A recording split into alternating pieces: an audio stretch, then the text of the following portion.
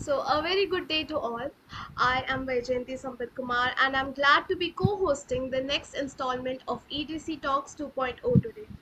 EDC Talks focuses on topics of interest in today's world and helps the viewers to get insights on different aspects. Today, we are glad to have Ms. Sanya Duggal, who currently manages SMB at Microsoft Azure. Her insights on small and medium businesses and startups are impeccable. She also guides many of them and is a great mentor to all of them. At Microsoft, she enables small and medium businesses to get success. We are so glad to have you today with us, ma'am. Thank you. Thank you, Vejanti, for inviting me here. It's a pleasure to be talking to you today. Same here. Today, our podcast is on startups and how to scale them. So, let's move on to our first question. How can startups best balance the need for innovation with the need for profitability? And what are some strategies for achieving this balance? Sure. Thank you so much. Um, Startups, let us first try to decode, right? What does profitability really mean and what does innovation mean in context of a startup or a business which has just started out?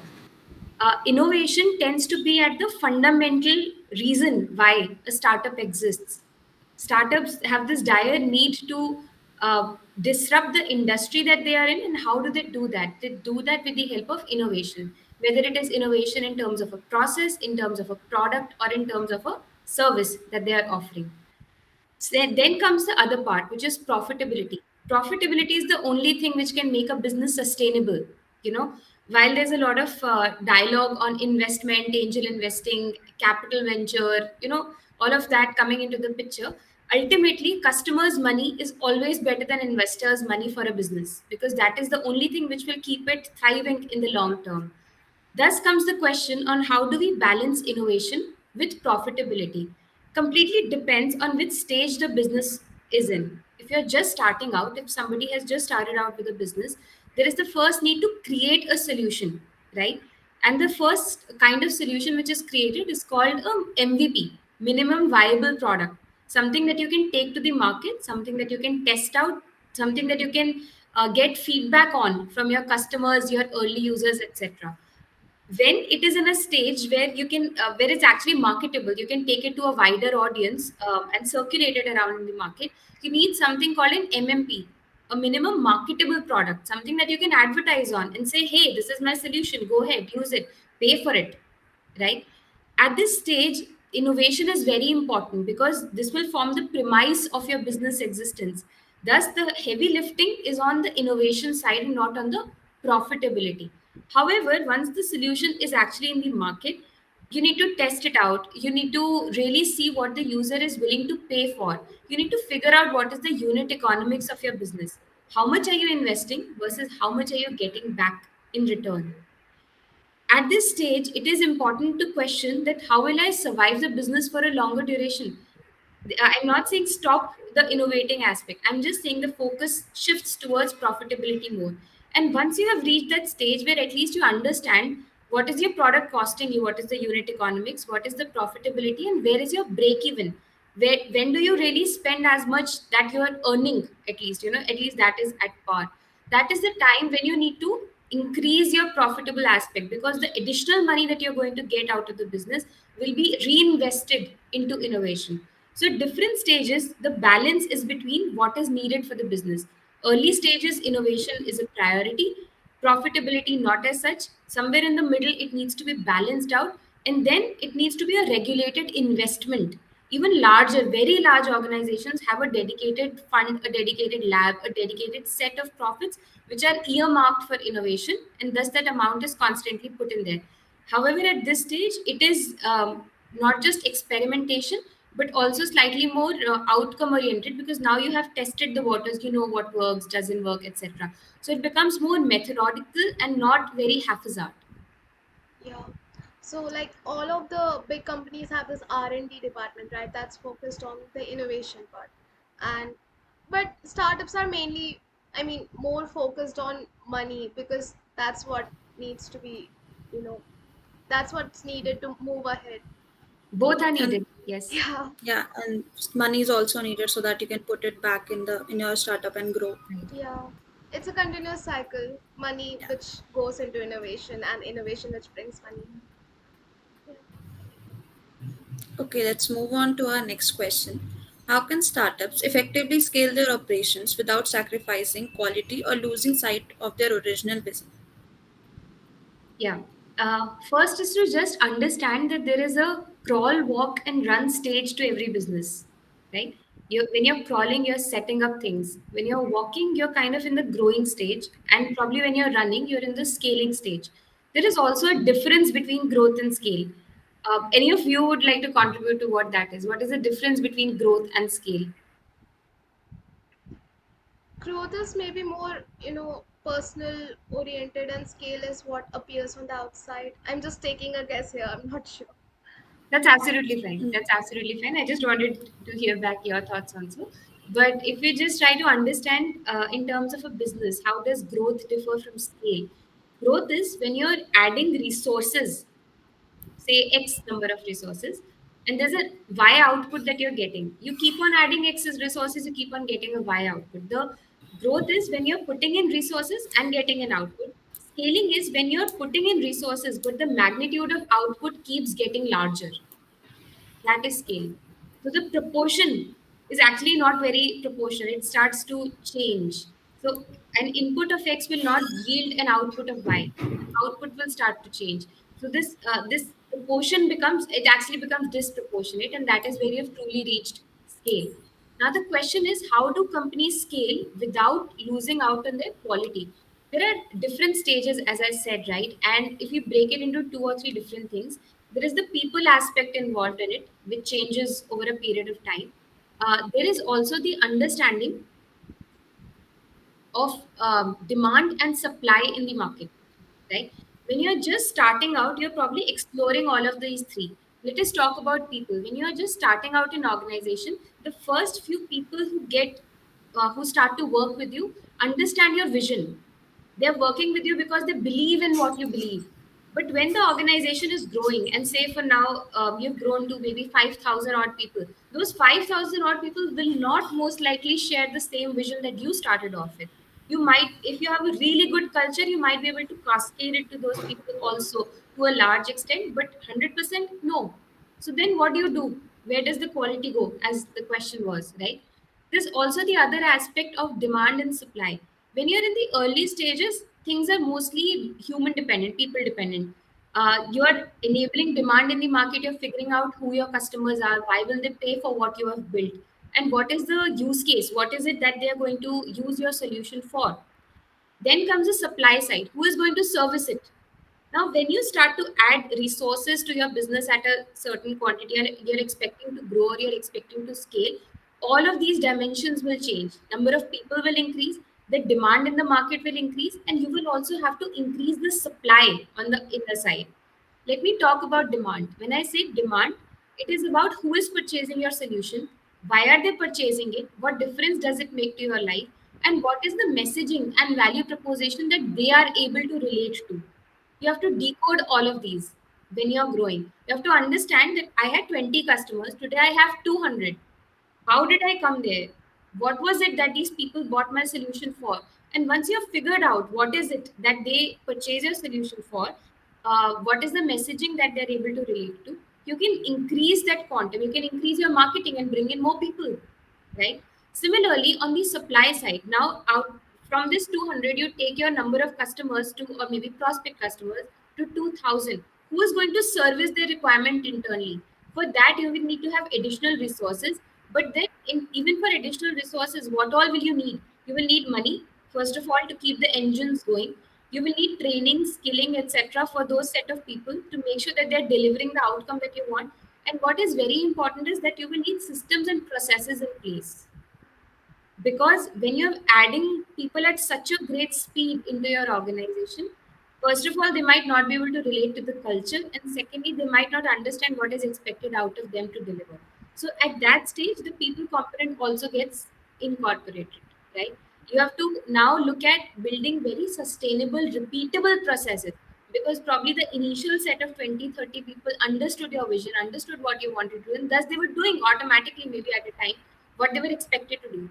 but a lot of people will not be able to do that, and thus systems, processes, requirements, checks and balances in place will help you get there. So how to answer your question, how do businesses make sure that they are scaling but not losing out on quality? By keeping by keeping all of these three things: people, demand and supply components in a systematic manner. When they're growing, they understand what they're growing for, and bringing those intricacies all into one picture. Yeah.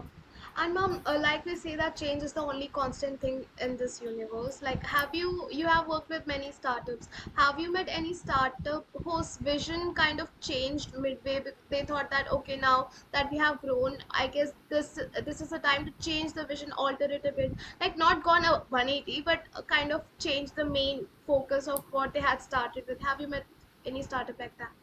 Oh, yes, absolutely. This happens a lot of times. And in fact, it is very, very important that people are able to pivot at the right time, right? Keep on pivoting. Since some of you would have watched Friends, if you remember that pivot, pivot, pivot question and moment, it holds very, very true for businesses. When you start out with something, what you're actually doing is just ideating. Hmm. You're thinking, hey, maybe people want this, maybe people will, if I build something, maybe if I build an app, maybe if I build a website, maybe I build up something, I'm going to take it to people and people are going to respond to it, right? But when you actually take it to people, you might realize, no, they actually don't need this, they don't need X, they need Y, or maybe they need a Z, or maybe they need something else, and I am able to cater to that demand. You will change your business model, you will change your vision also, because at the end of it, it is important to respond to what the customer truly needs. It is important to be an antacid for the customer and not a vitamin.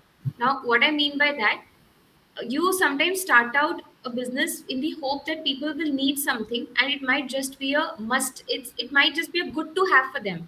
It's probably not a must have for them, and then eventually stumble upon something which is a must have for them, they really need it, and your business is able to solve it to some capacity, right? In that case, you will need to change and move your business model. Changing your vision could be more subjective, could be more intrinsic, but changing your business model is a very, very pertinent requirement, and businesses do need to keep at it. Not just smaller organizations, even large organizations change their business model, change their operating model very time to time, very frequently. Like the recent example of Jaguar, they only made bathroom equipment, but recently they started with that lighting thing also, and their advertisements show the same, that they have kind of changed their business model and they are venturing into new areas. Absolutely. If only something has changed over the period of last couple of decades, right? Last 3 or 4 decades, it is the pace of change. Change was always there. Change was there 40 years ago also, and change is there now also. However, the time that we get to respond to that change has decreased drastically. So probably 20, 30 years ago, if a camera company had maybe 3, 4, 5 years to think about how a digital camera will come and impact their industry, today they don't have that advantage because things are happening so quickly. It's just a matter of weeks and days and max to max months. So pace of change has decreased. Also, ma'am, how do big companies? You said that for scaling, it's important that people should know your vision. So जैसे हम example ले लेते हैं Microsoft का. सो जैसे हम लोगों को अगर प्लेसमेंट के लिए कोई कंपनी आ रही है, so we know that Microsoft is very renowned company and usually लोग उसके विजन पे तो जाएंगे ही नहीं, दे जस्ट गो देयर कि हाँ ठीक है हमें माइक्रोसॉफ्ट में जाना है. So how do you guys make sure कि लोगों को पता हो आपका विजन क्या है and how will they align? Okay, I think companies who are really successful have been able to crack this code. They know what it takes to not just let people know about the vision of the company, but follow it, believe it, execute it into what they do every single day. That is one reason why larger companies are successful to the day that they are successful, because people don't work there for just their job or what they're doing, right? They are, to a very large extent, they're aligned to what the company intends to deliver, and they're aligning themselves to that vision. Microsoft, in one way, in my personal experience, has been great doing that. When I wake up every day, I actually think about what small business can I empower today? What is it that I can do for them, and how will this technology make a difference to them? So if an employee out of the 2 lakh employees sitting across the globe is able to say that to you today, that's probably a good example of how the company has been able to cascade it down the levels over the years as well. Okay, so let's move to our next question. How Sure. can startups leverage emerging technologies like AI, blockchain, and the IoT to gain a competitive advantage and drive innovation? Sure. First of all, what I believe is technology is not an end in itself. It's the means to an end. It solves a problem for something else, right? Do not focus on what you are using versus think about what is the problem that you are trying to solve. These tools and technologies will only make sure that the process is smoother and faster for you. For example, let me take like a random example of say, maybe a manufacturing unit, right, which has established a need for an innovative solution in a specific industry. They put in machines in the factories, and they're manufacturing maybe a specific type of clothing for a specific type of a target audience. That is their reason of being. They are manufacturing something to fulfill the requirement of somebody else, right? How can technology come and play in a part in here? Using something as IoT, Internet of Things, how will that help them? It will help them make this process faster and more efficient. If they're able to understand the data behind how many hours their machines are running, what is the quality of output, what else does it take to keep the machines on for a longer time, how many resources are involved, etc., etc. And they have all of this data, etc., into one place, presented to them in a format on which they're able to take out some insights and make decisions. They will be able to innovate faster, they will become efficient faster, and they will be able to streamline their processes faster. So the purpose of technology is not to, take away the bandwidth of everyone else, or kind of bring in the mind share into one place. The purpose of technology is to make sure that the existing processes, tools, systems, etc., become faster, more efficient, and they help the management in making decisions faster. And mom, in the when we were discussing in the previous question, you also said that the time we get to adapt to a change now is much less as compared to around 4 or 5 decades ago. Do you think that technology is the main reason why that's the case? Yes, absolutely. Because everything is so fast, right? Think about a communication that you had to somebody 20 years ago or 30 years ago. How much time will it take for you to send a communication from one country to another? And today, how much time does it take? That has changed. So if businesses are evolving, they're also able to involve. They're also able to evolve on the back of this change, on the back of this technological advantage that they are able to get today. Because today, if they have the data of what their customers are using, let me quote the example of a hotel, a large-scale hotel. Uses about 40 to 50 data points for each of their customers to determine which customer needs what at what time, and thus they are able to prioritize the needs of the customer. They're also able to service them better. This is using technology as an advantage, right? So Yeah. the tools, the mechanisms to get there, like machine learning, artificial intelligence, Internet of Things, lot number of things now there in the market. These are all interim. They're all means to make sure that the end result is faster, more efficient. Okay, so let's move to our next question now. What are some of the risks associated with scaling a startup too quickly, and how can companies avoid these pitfalls? Sure. Maybe I'll talk about a couple of things, and I'll borrow some pointers from what you shared previously. Sure. When companies are scaling too quickly, it does not mean that they are, just putting in money into the business and the business is just magnifying. It does not mean that. There are a number of things which are going into the process as well, right? For example, when the customer uses your solution, are they able to get the required outcome that you had initially intended them to do? you know is your product fitting into the market that you initially intended it to? Number of questions. So as companies are scaling, first of all, it is important to understand that the basic parameters of the business are being met before trying to put in more money and trying to scale it. Now, what are these some of these parameters? One, I talked about the unit economics. What is the cost? What is the output? So what is your unit economics? Second is what is your product market fit? आपका target segment कहाँ पर है? आप उस target segment के लिए क्या solve कर रहे हो? And how is the product fitting into the life cycle of that customer's journey? These are couple of important points.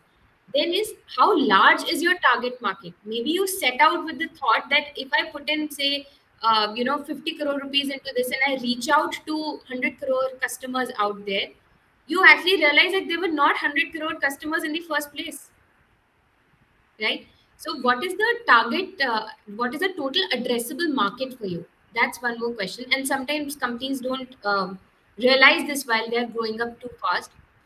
Then there is a difference between consumers anticipated behavior versus their actual behavior. Sometimes the early signals that you're getting tell you something about a consumer's behavior. Okay, the customer is okay to purchase X product at a Y cost, but tomorrow when you are multiplying it, you see that might not be the case. The early signals were true for the first set of customers, they might not be true for a very large audience because now you have expanded. So these things become risks for a business. But if the business is able to keep their um, keep their ears to the ground and able to understand this and evolve with time, they'll not be they'll be able to scale fast. Also there's this thinking that the hull is where the ship is hit. It is basically the ground level execution where the problem happens. It's not in the strategy, it's where the last mile execution is happening. When companies are growing too fast, when they're scaling, oftentimes they lose sense of what is happening really on the ground, and where is it truly not able to make the mark that it was intending to initially do. It is important to capture these signals right from the market then and there and keep on evolving as you're scaling. Makes sense? Yeah, it does. Totally. Totally. Something last thing probably that I would want to add on here is that while companies are growing, it becomes really important that the processes that they have set in the meanwhile, the processes are measurable, the processes are quantifiable, and the processes are repeatable. Hmm.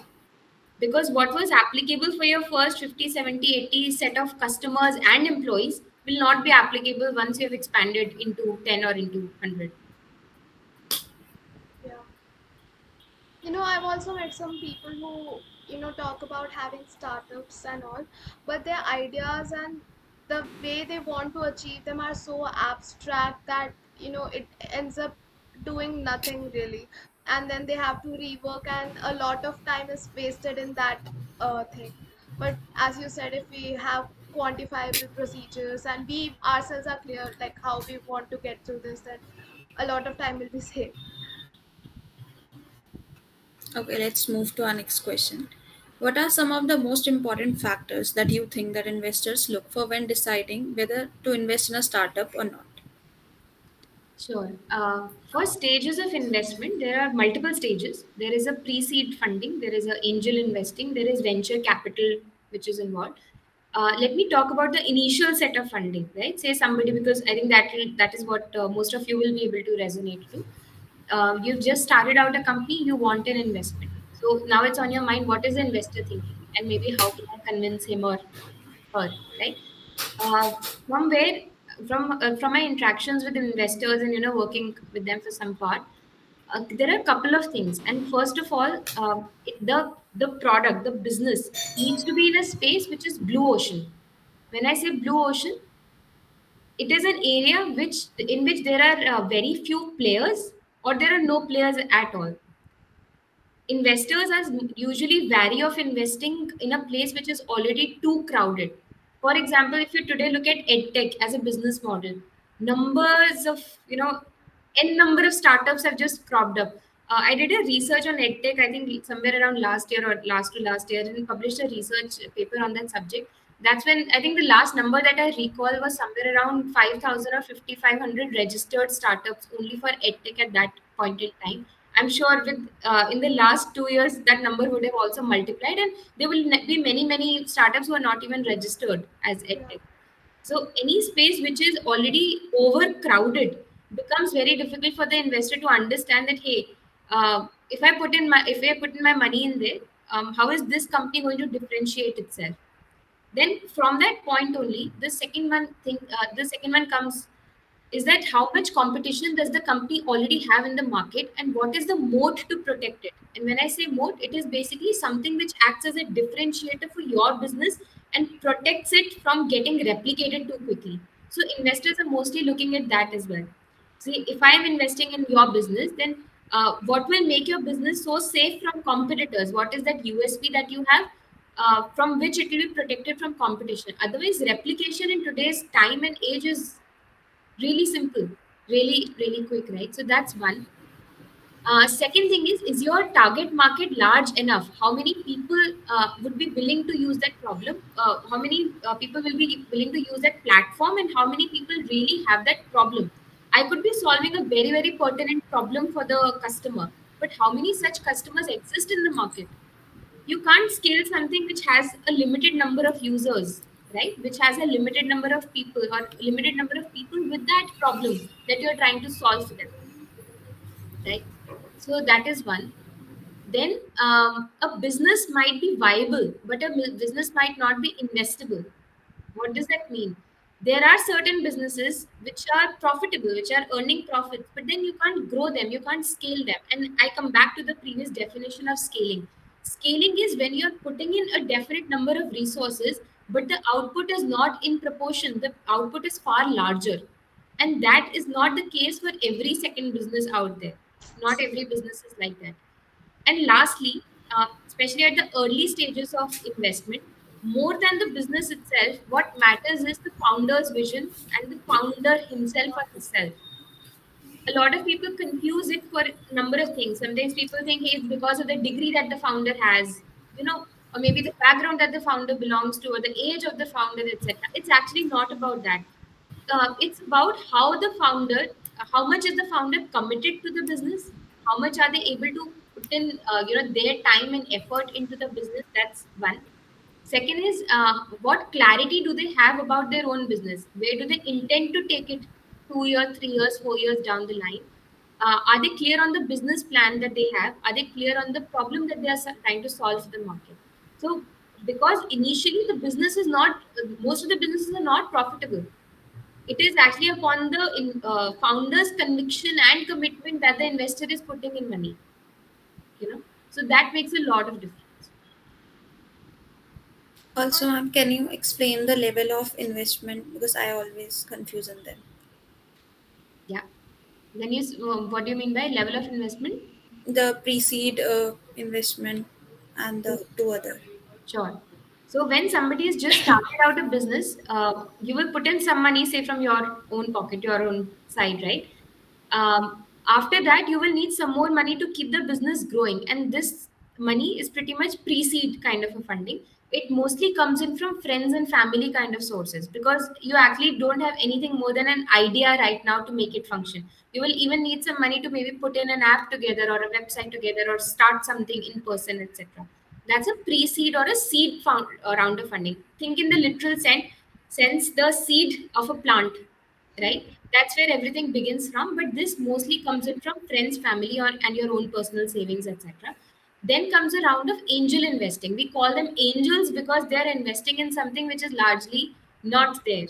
You know, angel investments can range anywhere between 5 lakh to about say 1.5 crore or 2 crores, 3 crores kind of a setup. After that is venture capital, and these are larger organizations who invest with the purpose of gaining something, out of the business that you are investing into. So that's venture capital, and it happens in different phases: stage one, stage two, or pre-series A, B, C, etc. That depends on the valuation of the business at that time when they are making the investment, and valuation is just a understanding of the potential business value, basically. And ma'am, many people, like I've also seen some of my friends even in school also, like they have this wonderful idea and they're like very excited and passionate about it, and when they start working on it they realize that already something of the same kind exists, you know. Like previously, like around 4 5 decades back, we didn't have this problem of fearing that this idea might already exist, but nowadays there are so many ideas and everyone is actually aware and they want to bring their ideas forward and want to get something out of it, that many a times the idea itself becomes a duplicate even though it's actually original because that person didn't copy it from anywhere. So what's your advice for such people? First of all, it is important to act upon the idea that you have. You know, just giving the general sense, there are a lot of people who will think of an idea and say, hey, this might solve this X problem for somebody. They will go to the website, they will purchase a domain, and 50% of them won't even create a website on it, let alone a business plan and working on it, etc. More than anything, it takes something inside you. It takes that courage to come over that inertia of just starting out something. That's one. Secondly, once you have started out, keep at it. It is about persistence, because the one who will continue will be the one who's stays longer, will be the one who will survive in the industry. And then we talked about change and how change is so important. uh, Most of the people, when they start out or when we start out, we actually don't know all of these concepts, right? What is this MVP? What is this MMP? What is my CAC, my customer acquisition value? What is the lifetime value of my customer? So when I say that, how much money does it take for me to acquire a customer today? And how much is the total value in terms of money that I'm going to get out of a customer over a lifetime or over the next few years? What is the lifetime value? Most of the people do not know all of these concepts, but it is important to learn them in the process and learn them sooner than faster. And once you're learning, evolve. Keep on evolving your own way of thinking, keep on evolving your business, keep on evolving as per the requirement and needs of the market, internal and external. Okay, so let's move to our last question. Since you have a lot of experience, so what will be some key points according to you for a college student should keep in mind if he or she is thinking of opening a new startup or a new venture? So first of all, just try. Just try. Don't let that inertia of not starting or thinking ki there are just too many like me in the market keep you from going out and trying it. Once you have started out, start with the idea perfectly well, but then build on it, right? And start adding more aspects to it. Idea is good to have. Next comes the business part of it. So there is evangelization in this, right? There is the business aspect of it. If you are doing it for the purpose of just evangelizing, sharing information with the community or helping others in the long run, etc. For example, this content creation that we are doing right now is also a method of evangelizing. It's also a way to help back the community. Up till that level, everything is good, but if you are trying to turn it into a business, you'll have to get deeper, right? Ask yourself a lot of different questions, and let me kind of share a couple of those, what those questions could be. What is the problem that you're trying to solve for a customer?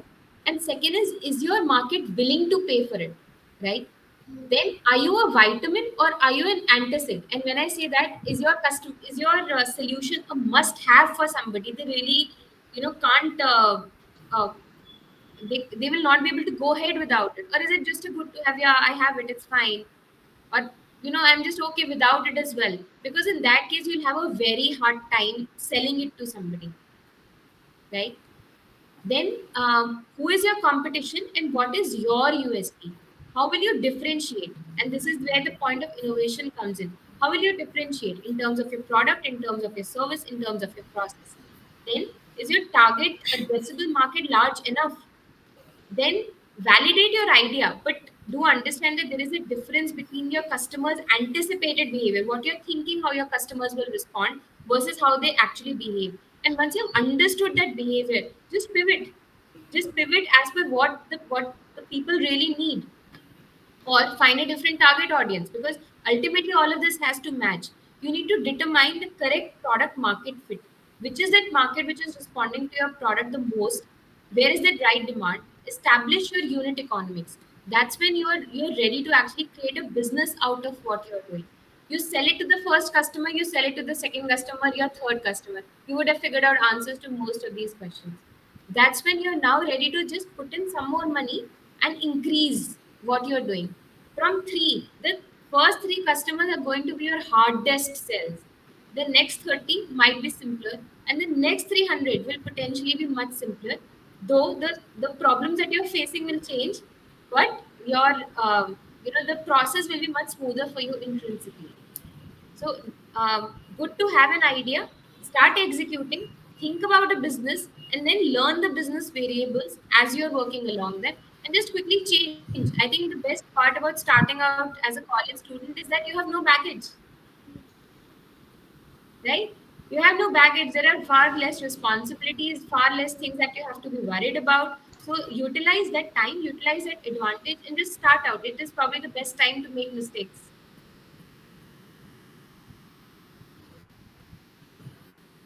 Okay, thank you so much, ma'am. You have made us see this concept in a whole new light. We have learned a lot, and I believe so did the viewers. Thank you, viewers, for tuning in. I'm sure you had an enlightening experience as we did. See you in the next episode. Thank you. Thank you so much, ma'am. It was wonderful having you. And when I say that, I'm not exaggerating in any way. Like, it was amazing having you, and I hope that you felt the same. But honestly, we learned so much today, and it was a really fruitful session. Thank you so much. Yes, we Thank you. learned a Thank you lot. so much for having me here.